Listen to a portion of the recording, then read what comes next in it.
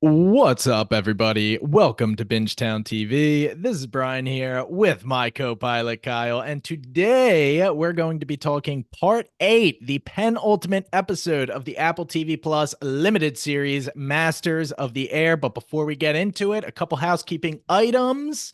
I think the main takeaway is going to be if you were on our Masters of the Air feed, go on over to our Bingetown TV main flagship feed. That will have all of our podcast episodes as we drop them. And if you want to find them in a nice sorted library sort of arrangement, you can go on over to bingetowntv.com. That will have links to all of our socials, all of our backdated episodes. We just wrapped coverage on Avatar The Last Airbender, the live action. We're working on Solo Leveling.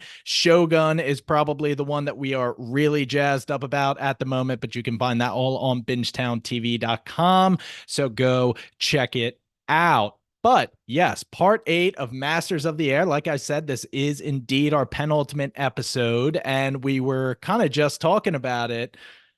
Not a lot happened, even though a whole hell of a lot happened. I mean, D-Day was this episode. We get introduced to kind of an entirely new cast of characters in the Tuskegee Airmen.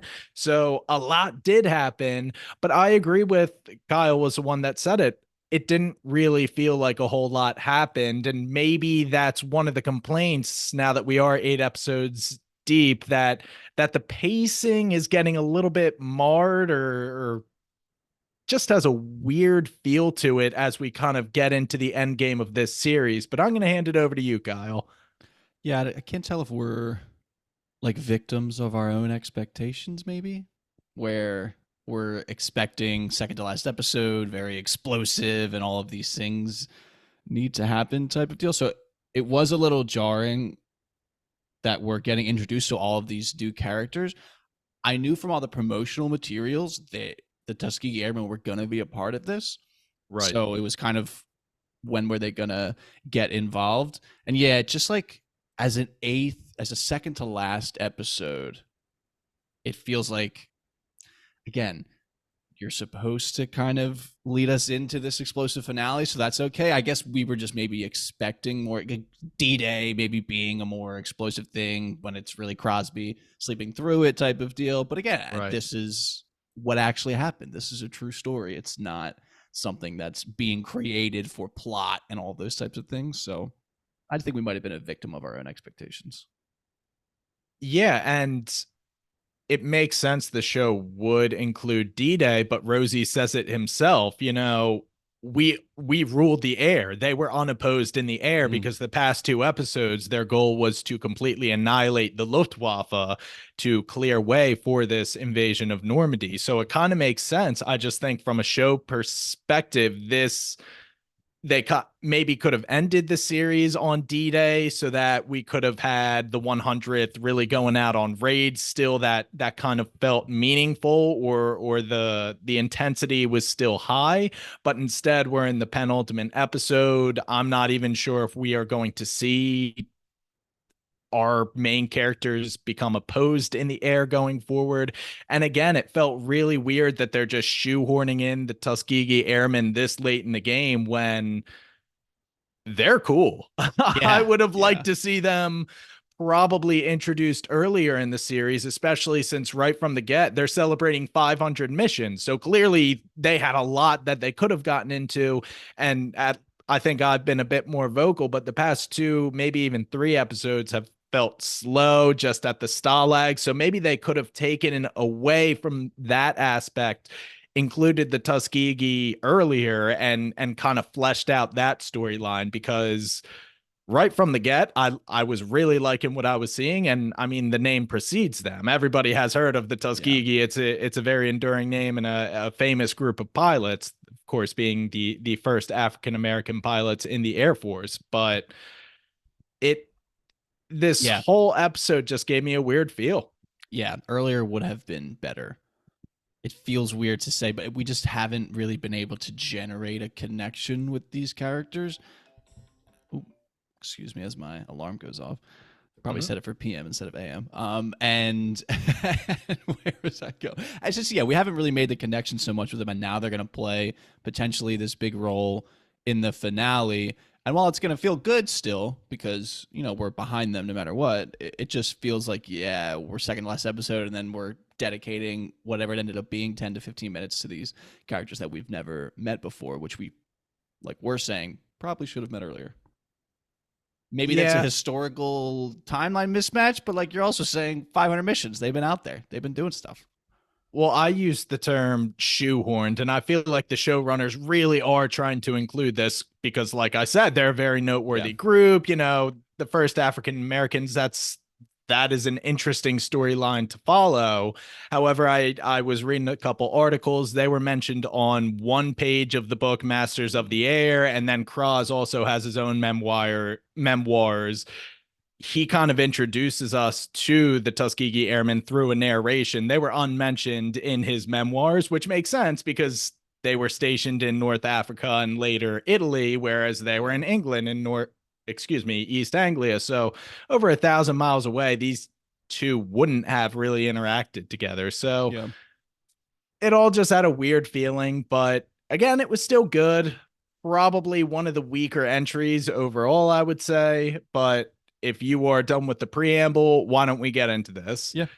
The very informative setting tag opens the episode. We are in the outskirts of Rome, Italy. So thanks for being specific there. And this is where we get our introduction to the Tuskegee through a narration of Kraz, who just says, while we were up in England hitting the Germans from the north, the 15th Air Force was hitting them stationed in Italy from the south, kind of giving a two fronts thing there. And the Tuskegee Airmen were a part of those efforts. And this was a really cool scene, if nothing else, because we get to see these fighter bombers instead of Yes. the traditional B 17s. This is what I was anticipating, having known nothing about the series coming into it. I thought we Mm-hmm. would be following fighter pilots who would be doing these types of low altitude bombing runs and gun Yeah. runs type of deal. So it was cool to get. I was like, oh, okay, cool. This is literally what I was expecting out of the show. So it was interesting to watch for sure. Yeah, which kind of added on to my frustrations about them not being Fair. included earlier because I would have liked to see kind of both of these ships in fleshed out combat because we really only got to get familiar with our bomb squads. But, Yeah. the mission is a success. Small bomb squad of four of them. I think it is our boy Macon is one of the four. Daniels is there, and we catch up with the airmen at a celebration back at their headquarters in Italy. And we are introduced to this Alexander Jefferson character who's talking to his captain and kind of just lamenting while all of his fellow airmen are celebrating their 500th successful mission for the Tuskegee. He's like, "Oh man, we're doing all this good stuff, of course, and I'm proud, but when are we really gonna get into the meat of the action?" And his captain says, "Hey, just hold your horses. I think some good stuff might be coming, some escort runs deeper into Germany." And he even says we might be getting some P-51s. Yeah, he came off as very Buck Rosie like in here. Like just his desire to be a bigger part of the fight felt like I was thinking of him fitting in well, and then spoiler alert, he does fit in fairly well, especially with Buck later on. So I like this character a lot. And it's just funny to again we're getting, so this is potentially like, let's call it our third like mission control area. So we were in Iceland, and then we were Thorpe Abbott's, and then we have this. And it's just funny that there's always a full bar set up. There's always a wooden bar with a bartender and all of that stuff. I understand. It's just funny.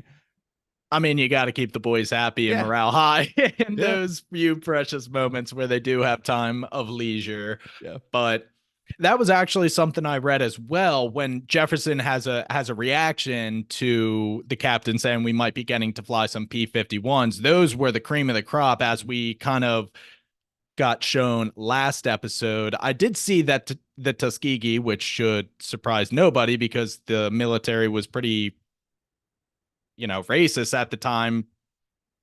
What's the word for it? Like actually racist, like the Jim Crow laws, Yeah. segregated type racist. That's what we're dealing with here. They were giving kind of like secondhand P-40s. So the stuff they were being given was inferior to what the Germans were throwing at them, which is Yeah. just putting more respect on their name to kind of Yeah. overcome that form of adversity. They were in slower harder to maneuver planes, but the prospect of P-51s would be very exciting. Yes. Yeah, for sure.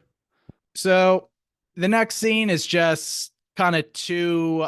It's a Colonel Davis, actually, who was a noteworthy figure, Benjamin Davis, talking to another captain, and they're kind of lamenting that in some of their previous missions, they didn't have proper fighter escorts, kind of just highlighting, like I just said, the Yeah, racism in the disparity. military, the disparity, exactly. And then I think Davis also says, I look around and I see lieutenants that should be captains and commanders, etc. So again, this all really felt rushed in something they're trying to Yeah. like highlight these injustices in one episode where they're only kind of a tertiary plot line, and it's just really not enough. So it's Yeah. worth noting them all, but Yeah, I wonder. I'm not familiar, like we said, with World War II, like a ton of World War II media. There has to be maybe there's got to be like documentaries or movies, or maybe that's something that we need. It's just more so information on the because you're saying you're right. It feels very obvious that they're playing this satellite role in the show, and it leaves you wanting more. yeah, definitely. And to speak to that, there was within the past 10 years, there was a movie about them that was not positively received. But I think HBO had a documentary slash movie a couple decades ago that was very Okay, positively received, that's good which at least.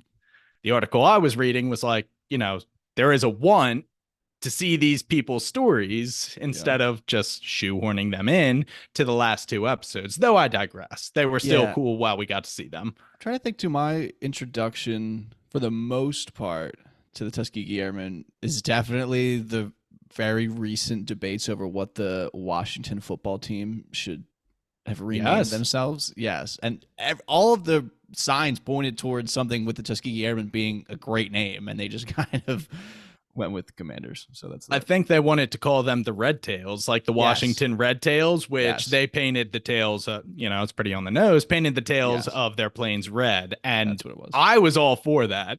Yeah, Honestly, sounds like a good idea. Washington football team or the Washington Red Tails would have been better than Commanders. Yeah, the Although I football have team seen, works surprisingly well. dude, it just worked really well. There was And we're something Eagles about it. fans, of course, so Yeah. we would take any opportunity to poop on them. Oh, that's good. So the Tuskegee Airmen are assigned a mission.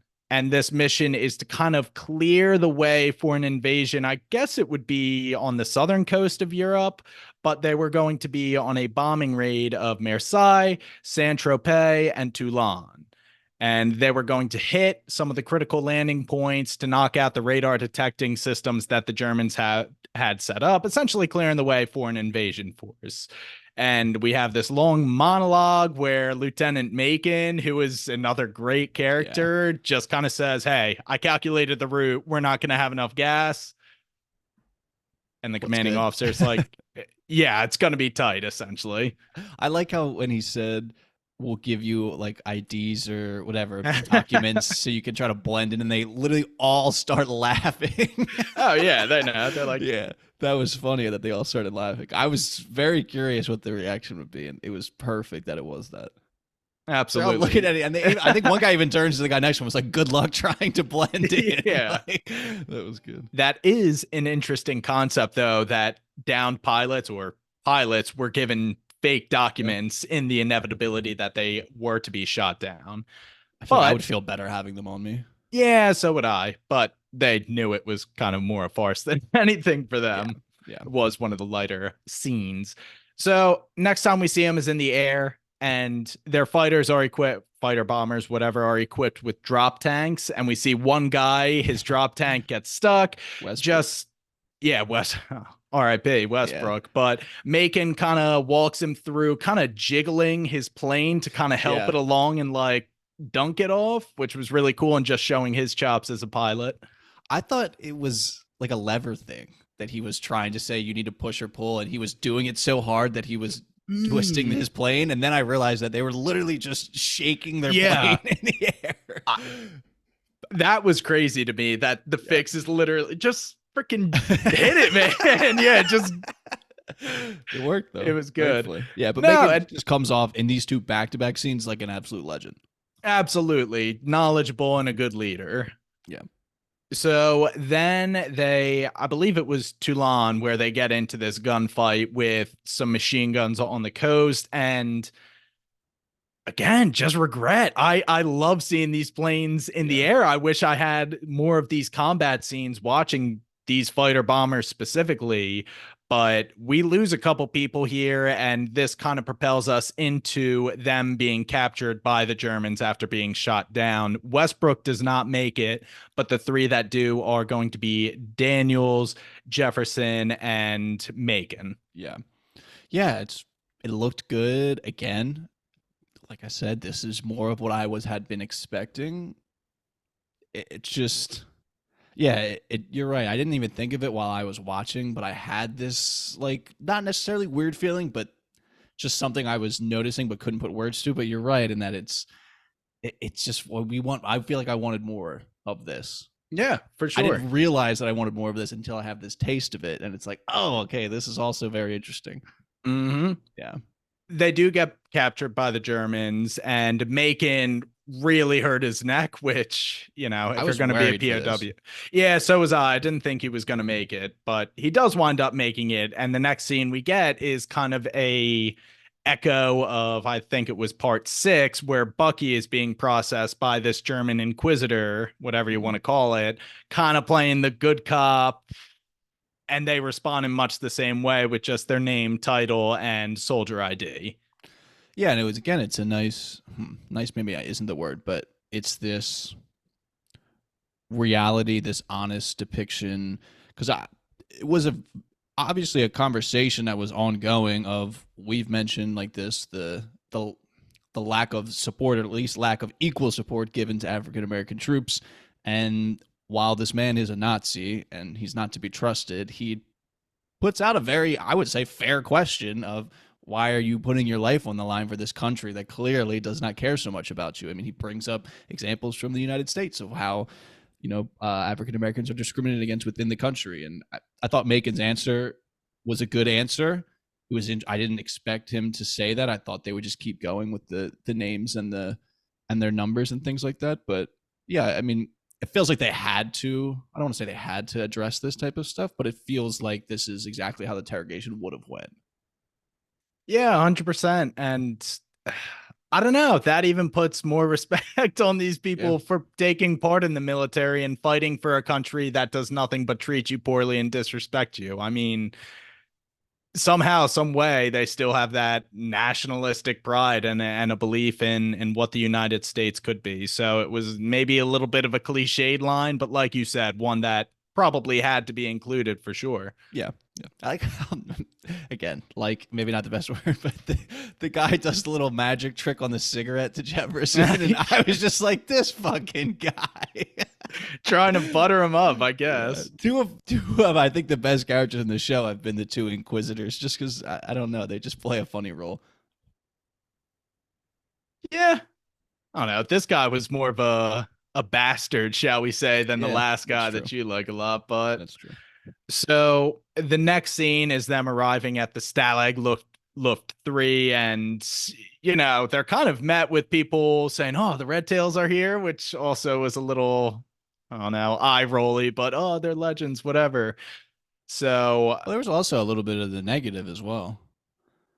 There was people saying, negative things too, like isn't there somewhere else for them and things oh like yeah, that. yeah, yeah, yeah. Yeah, so it was nice when they get in there and a couple guys come up to them and are like, "Hey, like, we flew whatever, like you guys have had our back, like come to my bunk or whatever the term he uses is." Mhm. So, again, it's just so crazy that I'm sure that is actually what happened, where there's Yeah. people within the military that still held on to these level of prejudice, even when they're being shown evidence that these guys are doing nothing but fighting for the same country. It's just crazy to me. Yep. And before we keep going with that plot, why don't we just catch up with what Buck and Bucky have been up to at the Stalag? So I think the main takeaway is Bucky is not doing well in captivity. He's a peacock. You got to let him fly. And Buck is trying to be the voice of reason. We could be dead, but Bucky's just kind of losing his grip. He's getting antsy and he needs something here.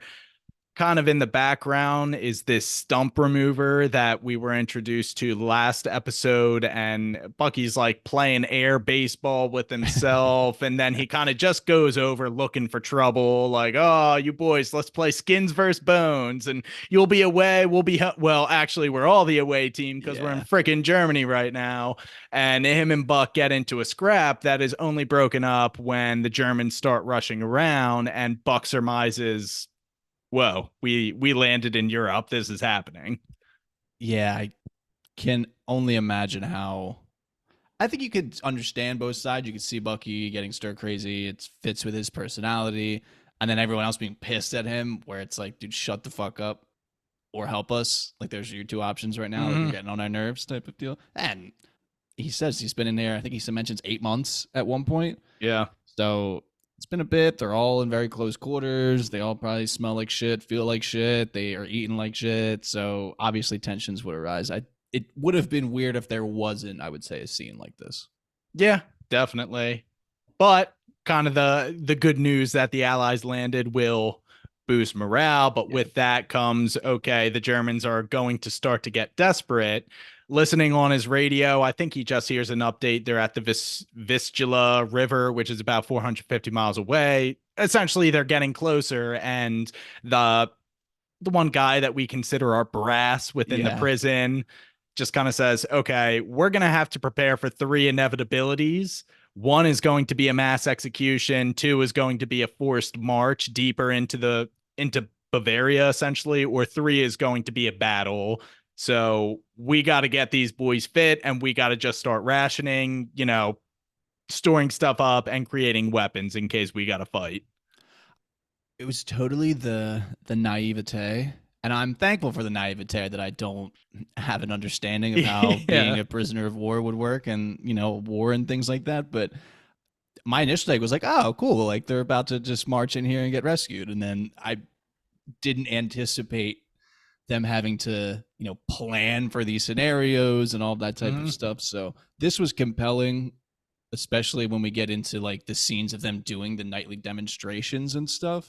Yeah. They're like teaching them these skills and stuff. And yeah, it was just for me because we get the news and I'm like, oh, okay, this is a good turn, happy turn. And they're Mm-hmm. like, oh shit, okay, this is getting real. Like, while it's good news, it's also potentially be the worst news possible for us in the near term. Yeah. So, And all the while, kind of Buck and Bucky are still talking about an escape attempt, and you're not sure if they're completely shutting it down or just saying we gotta wait for the right opportunity. The next noteworthy thing that happens is that the SS takes control of the Stalag from the relatively fair treatment of the Luftwaffe. So they are assuming that things are just going to decline in terms of quality of life here at the Stalag. yeah, man, I just can't imagine, especially three scenarios is a lot of scenarios. Mm-hmm. That's a lot of Yeah. scenarios. Three different scenarios, yeah, I mean too. that's two more than you'd want. So Well, I'll tell you what, mass execution is a scenario that you don't have to prepare for. That's that's true. just that's just That mass probably works in execution, unfortunately. Yeah. pitched battle. Yeah, it's just I can't imagine the psyche of these people, especially after 8 months of, not to say sitting on your ass, but you're kind of 8 months at that point, and you just, now it's like, okay, shit, go time type of deal. So tough stuff. Yeah, it's tough stuff. I don't know. Yeah. Tough stuff. Tough stuff. I got yeah, nothing else. It's yeah, tough not much stuff, else to guys. add there. Yeah. Not much else to add. Non-ever prisoner Brian commenting on the Yeah, POW exactly. system. It's tough Exactly. stuff, guys. Yeah. All right. So now we are kind of caught up. Like we said, the Tuskegee, our three down pilots, do make it to the Stalag, and they find themselves in Buck and Bucky's barracks. And everybody kind of looks at Buck for leadership. Are we cool with these guys? And he just says, welcome to paradise, boys. So he's Yeah. treating them as one of the boys. Actually, so this guy, Alex Jefferson, came out with a memoir. He is a real person that was downed, caught as a POW. He said that he was treated much better in the POW camps than he was back in the United States in terms of racial discrimination, which makes sense. I don't know. I mean, when you're against captors who are different from you because it's Germans versus Americans, color doesn't matter nearly as much if they're American. I don't know. That's very interesting. I feel like I should look that book up. I want to read that. I just, especially, I want to say like the sandwich experience of pre-war in America, the war itself, and then what it would be like coming home after you've experienced that level of like camaraderie in an unfortunate situation. That Hmm. just is very interesting. I should look that book up. I believe it was called Red Tail Down, Red Tail Freed, Memoirs of a Fallen Tuskegee Airman, something Okay. like that. But Alexander Jefferson is the name. I'll have to add it to my Goodreads. Yeah. So, like I said, everybody's trying to plan an escape. Primarily our Tuskegee Airmen, the three people who are saying, nah, it won't work unless we have two white boys. Yeah, yeah. So they're trying to get two white guys, presumably, to dress up as Germans and pretend like they're escorting them out. And while they're talking about that, Buck and Bucky are eyeing them up. Like, what do you think of the new guys? Think they can help us out with our plans to escape? So And Buck, everybody's interestingly scouting. enough, Buck says he doesn't think anything of them, which I thought was interesting. But I guess at that point, you don't really know anything about them. Well, it's not, I don't think anything of them in a bad way. It's Oh, just yeah. in a neutral way, you know, Yeah. just like, I don't think anything of them. Yeah. So, and that is until we get this one on one with Buck and Alex Jefferson. And it's, you know, it's good. Buck's there treating him as an equal for sure, showing some interest. And the German Inquisitor actually dropped that he is a, you know, college educated young man. He studied chemistry and he's telling Buck, you know, that he had an interest in model planes ever since growing up. It was nice. He just said 3 foot wingspan, this submarine Spitfire, like, just seems like a cool guy. And then he hands him the book with the well drawn hand map of kind of the compound and the surrounding grounds. And Buck says, hey, do you want to help us out? We could use some more of these maps. Yeah. This is in combination to the first scene we get of Jeff drawing Mm. was funny as shit. Yeah. We talked about it how maybe 2 episodes ago of the little bit of roles you would fall into within the Yeah. POW camp, and drawing like pornographic suggestive material is a hilarious role to fall into. Yeah, But I'm absolutely. sure a very highly regarded role because he's just people are probably paying him in cigarettes and all this kind of stuff. So Well, yeah, it's funny. Macon's on the bunk smoking a cig, and it's like, yeah, you got to check them next time because these ain't shit. These Yeah, ones. So it's like, that was yeah, good. That was just one really of funny. those bizarre social dynamics that would Yeah, pop up. that was good. I did, like I had mentioned earlier, I had a feeling that Jeff, whatever I'm gonna end up calling him, and Buck would kind of get along. Buck just Mhm. seems like a nice guy, and they both have that like very serious side to them. Feels like they both love to fly, and they're like serious guys. You know, while Bucky obviously loves to fly too, but is a little bit of a loose cannon type of deal. So this was good. I think Buck respects, how should I put this? I don't know, just other manly men who Yeah. are respectable. He respects respectable men. You know what I Yes. mean? Like, Yeah, I see what you're and saying. Alex is clearly smart, capable. He's like, yeah, if you got something to offer, I'm willing to work with Mm-hmm. you. Big But player Clevin, too. I what? mean, getting the maps, that's big. Absolutely. And then our final scene at the Stalag is okay. Then our final Then our final scene at the Stalag is going to be Buck listening on his radio, and he hears that the Russians just crossed into Germany. We have one of the SS officers kind of come in, look around, looking for any clues, signs of an uprising, and then he just says lights out. And Buck tells his comrades, we're close. You Yeah. know, they're really close. Yeah. I thought it was interesting, and I could be putting too much stock into this, but I don't know if they were trying to comment because they mentioned earlier when the SS took over that like there would be a lot of stuff for the SS to do type of deal, like spreading the SS thin, having them take over all the prisoner of war camps. And I might have misinterpreted that comment. I thought it was interesting how they just send one guy in and he like kind of gives everyone an evil eye, looks around, and just goes lights out. Like it just felt like a contrast to when they all got like completely pulled out of all of the cabins and everything got searched top to bottom. I don't know if it was making a comment in that or I'm just completely reading that into that way too much. Yeah, I mean, Because it was, I mean, they were just like passing the stuff around and whatever. Like it the sh- was. the show has not yet done much of any of a job showing that the SS is more of a brute force presence in the Mhm. Stalag than the Luftwaffe was, whether that's because they just heard that the invasion happened and the German forces are spread so thin, like in no capacity do they have the resources to really crack down Yeah. within the POW camps, whatever it may be. So right now it's just like you said, our one guy giving people the dirty eye, but Yeah. ooh, I it is couldn't a tell. dirty eye. Yeah, I can't tell if I'm a teacher trying to say the blue curtains mean he's depressed or the curtains are Yeah. just blue. I Fair don't enough. know. Yeah, I don't know. But yeah, that is our Stalag storyline, and that should set up for, one of our three inevitabilities in the finale episode. Yeah, I'm expecting a lot out of it. As am I. I think this show has to end with the Russians liberating them from the camp or Something. whatever. That is probably my expectation. I would like Yeah. to see how that goes down. Russians Mhm. freeing Americans from a POW camp. Yeah, and it doesn't necessarily need to be this like fictional fairy tale ending where it's like all of these plot lines come to a head and we defeat the big bad type of deal, but it feels like it Mm-hmm. needs to be somewhat fast paced. We need to have a conclusion, all that kind of. So I'm expecting fireworks. I'm just gonna expect it, and then if I'm disappointed, I'm disappointed. Well, fair enough.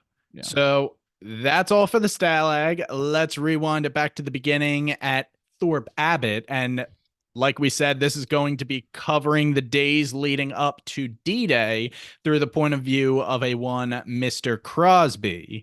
And I mean, his first scenes in this episode are just saying, I woke up and that was the last minute of sleep That's that fucking I would crazy. get for the next 72 hours. And I really liked how this episode kind of minimized D-Day as a mammoth operation and they kind of just shrunk it to how it would affect one person at the personal level, and that is Cross, who is just all over the place making these maps to support 200 plus missions that were going to take place for the 100th on D-Day. Yeah, just coffee and pills and just sheer determination. It seems like that's what got him through all of this.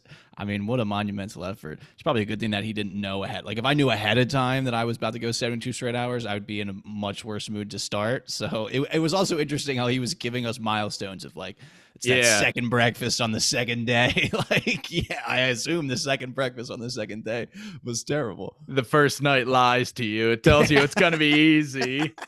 The Yeah. second afternoon, that's when coffee doesn't do it anymore. I liked your take though with saying of it was interesting to have it shrunk down to just like what one person's experience would have been with it. Mm-hmm. It was similar to the book that I had mentioned that I was reading, the Rose Code. It's the same thing. I mean, they're like leading up to it. They know this invasion's happening. They're trying to get as much information out of all of the Nazi communications as they possibly can. So they're working triple time, double time, no one's sleeping, all that kind of stuff. So it was just interesting for me to think about just kind of the comparisons between the two things. But Kraz, man, he's a fucking machine. He is a machine. And I mean, this is the adversity he's had to overcome is being taken out of the plane and finding a way to contribute so that his boys get home safe. And he takes his job as a navigator, making these maps very, very seriously. Yeah, especially too like pulling all nighters this consecutively for anything. I think would be very difficult, obviously. But the Mm. added pressure of like thousands of lives being at stake would just like that extra level of emotional pressure and eventually exhaustion would be wild. And obviously we see it and then he falls asleep for 3 days. Yeah, yeah. Um, But but I'm getting ahead before of we get myself. to Yeah, yeah, that, yeah. you brought up the Rose Code. We were speculating that a one Sandra Yes. Westgate might be a code breaker, but in fact, she Yeah. is an out and out spy for the Yeah, way English cooler. intelligence. It is way cooler. Not to And diminish the efforts of the code breakers, but being a spy, I think is cooler. yeah, and we only just get a few scenes where Cross is trying to booty call her, but she's been a busy girl. Honestly, she's all over the place, and we do get to follow her into Nazi occupied Paris, where she, can speak French, and she's given soldiers documents, and she's meeting up with people. So that was kind of a good conclusion to this character arc that we only thought she was going to be in that Mhm. one first episode, and she has been kind of a mainstay for these past two. Yeah, no, definitely interesting. A curveball that probably could have seen coming a little bit. I just didn't see coming because I Mhm. underestimated the role she would play for sure in the show. And she, I did read, is based off a real person named Landra Westgate, who was someone that Cross actually met. So she is mentioned in his memoirs. Cross passes out from sleep exhaustion, and then the next scene that we get is yet a new CO giving our boys the mission briefing. And I'm glad that Rosie got to Yeah, inform the boys, if you weren't teed off based on the massive armada being formed, we're going to be invading Europe in a couple hours. everyone's hype as hell. Everyone's hype as hell, Kyle. Yeah, Everyone. yeah, the boys are definitely buzzing. And the next time that we see Thorpe Abbott is Rosie waiting at Cross's bedside, just reading a book. We literally slept through D-Day, which I felt a little robbed as the audience. Yeah, But we do have this awesome scene of Rosie in his B-17 just looking out not only the air fleet, but also just looking out into the ocean. Cross, you wouldn't believe it, just such an assembly of ships and airships. I couldn't yeah, think of the other way. Planes is what yeah. There you airships are go. called. Ships and ships. I was about to say. I'm an idiot. So that was a very cool just picture on the screen there. I felt a little cheated that we didn't get more of the actual D-Day operation. And if I'm being honest, I felt a little cheated that we didn't get more of Rosie. He felt like a very background character in this Yes. episode, especially given that last episode ended with the mic drop where he said, "I'm not fucking leaving." Yeah. I the idea slash concept of Cross sleeps through D-Day is funny, and I It like that for is. sure. But yeah, I think the flip side of it being us not getting a ton of Rosie and Rosie in the air being the man, I think hurts a little bit. It's still nice to see Yeah. him like you're saying, take on that CEO role a little bit where he's telling them about the mission and he's shaking their hands before they go up, and he tells the one guy, like, I don't have any last piece of advice because I'll talk to you again and Mm-hmm. I'm sure you'll have something for me. He's just the man. But I'm Yeah, I'm curious of like what I don't know. Obviously, we'll still be bombing, I guess, next episode. But I'm really not sure. I mean, like we've said, the Luftwaffe has been more or less annihilated, so they control the skies pretty much unopposed. We might see some of these bombing missions on just, I don't know, Berlin, I guess. facilities and stuff, but I am expecting the Stalag storyline to play a pretty prevalent role in the finale Mm-hmm. episode. But yeah, like we said, Rosie just gives him his props. Like, Braz, it was amazing. We were unopposed in the air, and thanks to your maps, the Germans had no reinforcements coming to combat the invasion force because we had taken out all the transportation, we had taken out all the bridges, et cetera, et cetera. So Yeah. he's just kind of giving them his props. And this episode, in the little Rosie that we got, I was keeping an eye out for kind of his character growth from the retreat that he took.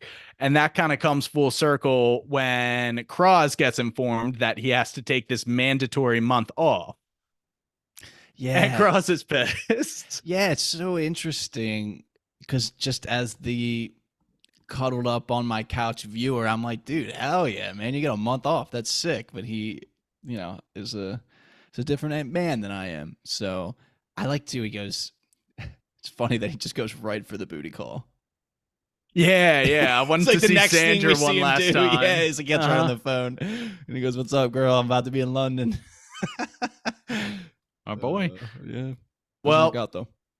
yeah, she kind of pulls the football away from his feet there and leaves him a note and just says, "Hey, it's probably for the best. I got called away on duty. I'll always remember the time we spent together. which leaves Cross to go back, and he's going to do his 4 weeks in New York. He'll get to see his wife Jean again, and he's kind of stewing in the barracks, and he is confronted by Rosie, who tells him, Cross, dude, this is going to be good for you. Like, Yeah. just take your time, get a beat.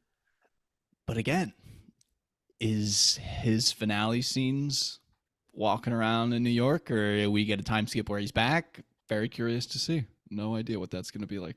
Yeah, I don't even know what I want to see in this finale Yeah. episode. Definitely a conclusion to the Stalag, but other than that, like, all of the other characters are in a very weird point. D-Day has already passed, so there's no definitive like end to where I would expect their storyline to go. I just don't really know. This penultimate episode left me in a weird place. Yeah, and maybe it'll be maybe I don't know, depending on how much time they have, but is it going to turn into like a subtle commentary on like the difficulty of the transition? Maybe not like Mm-hmm. back to their civilian lives, but just kind of wrangling with the thoughts of the war's over. We don't have to do these bombing runs anymore. Like, what does that Yeah. mean? Type, because we have Kraz here when he's like, what if it's not the same with his wife? And Rosie's like, well, nothing's the same type of deal. So maybe if we get a small exploration of that idea, I don't know. I don't know. Yeah, and I mean that's our episode there. It's